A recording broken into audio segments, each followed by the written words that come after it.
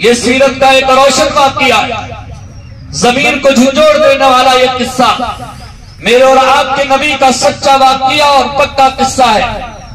شروع کی بات ہے، جب رمضان کے روزے فرض ہوئے تھے، اللہ کے نبی صلی اللہ علیہ وسلم کی یہ بھی سنت ہے کہ عید کی نماز مسجدوں میں نہیں بلکہ بستی سے باہر کھلے میدان کے اندر ادا کرنا یہ سنت ہے۔ بغیر مجبوری کے بلا وجہ عید کی نماز مسجدوں میں ادا کرنا اسلام کی روح سے درست نہیں ہے، جائز نہیں ہے، بلکہ فقہاء اور علماء نے مکروہ لکھا ہے۔ کیوں بستی سے باہر یہ نماز کیوں ادا کی جائے؟ اس میں بہت حکمتیں ہیں، بہت مصلحتیں ہیں۔ ویسے عام نمازیں گھروں کے اندر ادا کی جا سکتی تھی، گھروں سے نکال کر مسجدوں میں لایا گیا۔ عید کی نماز کے لیے بستی سے نکال کر باہر میدان میں لایا گیا، اور حج اور عمرہ ادا کرنے کے لیے وہاں پر ایک جگہ جمع کیا گیا تاکہ ہمارے اندر اجتماعیت ہو، اتحاد ہو، اختلاف نہ ہو۔ ہماری کثرت کو دیکھ کر، ہماری اجتماعیت اور اتحاد کو دیکھ کر ہمارے مخالفین پر روب پڑے، ہمارے دشمنوں پر خوف طاری ہو اور لرزہ طاری ہو، اسی لیے بستی سے باہر نکالا گیا۔ اور یہ سنت کا حکم دیا گیا کہ جب تم عیدگاہ آؤ تو ایک راستے سے اور جاؤ تو دوسرے راستے سے۔ ایک حکمت اس کی یہ بیان کی گئی، جہاں تک ہو سکے جو ہم تکبیر کہے، اللہ اکبر اللہ اکبر لا الہ الا اللہ واللہ اکبر اللہ اکبر وللہ الحمد، یہ زمین کے مختلف حصے ہمارے ذکر کے کل قیامت کے دن حشر کے میدان میں شاہد اور گواہ بن جائے۔ اور اس کی دوسری حکمت بھی یہ بیان کی گئی تاکہ ہماری کثرت کا اظہار ہو۔ بہرحال اللہ کے نبی صلی اللہ علیہ وسلم شروع کی بات ہے، عید کی نماز ادا کرنے کے لیے مسجد جو ہے مدینہ منورہ سے باہر تشریف لائے۔ عیدگاہ کے قریب پہنچے تو آپ نے وہاں پر چند لڑکوں اور بچوں کو دیکھا کھیل رہے ہیں۔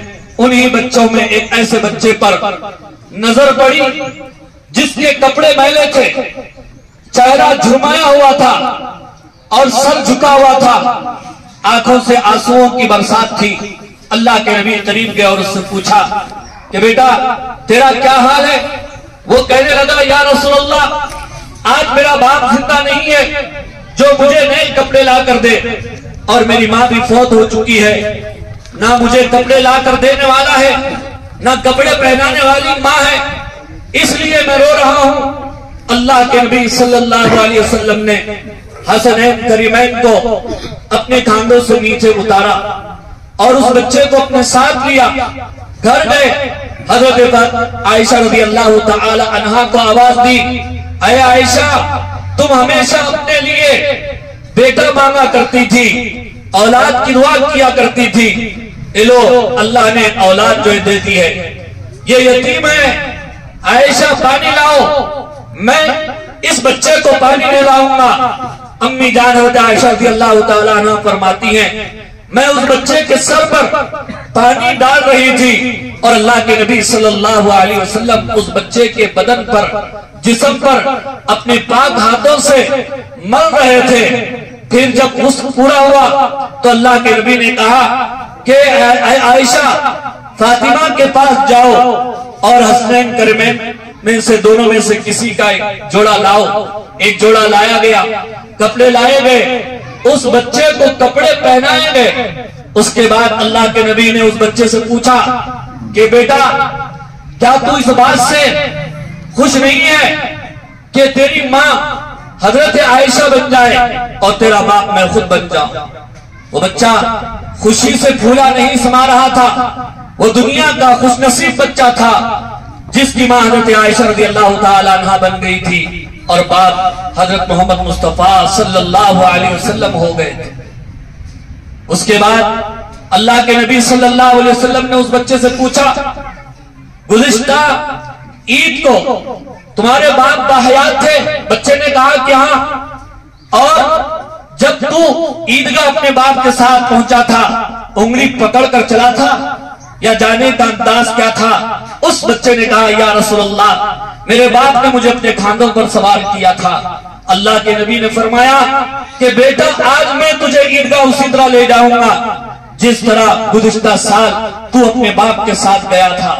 بزرگوں اور عزیز دوستو، اللہ کے نبی صلی اللہ علیہ وسلم نے نبوت کے کھانگوں پر اس بچے کو سوار کیا اور آپ عیدگاہ کی طرف چلنے لگے۔ عید کی نماز میں تاخیر ہو رہی تھی، لیکن اللہ کے نبی نے فرمایا کہ جب تک اس یتیم کی خوشی نہیں ہوگی مصطفیٰ کی عید نہیں ہوگی صلی اللہ علیہ وسلم۔ جب آپ عیدگاہ کے قریب پہنچے، بچوں میں آپ نے اس بچے کو چھوڑ دیا۔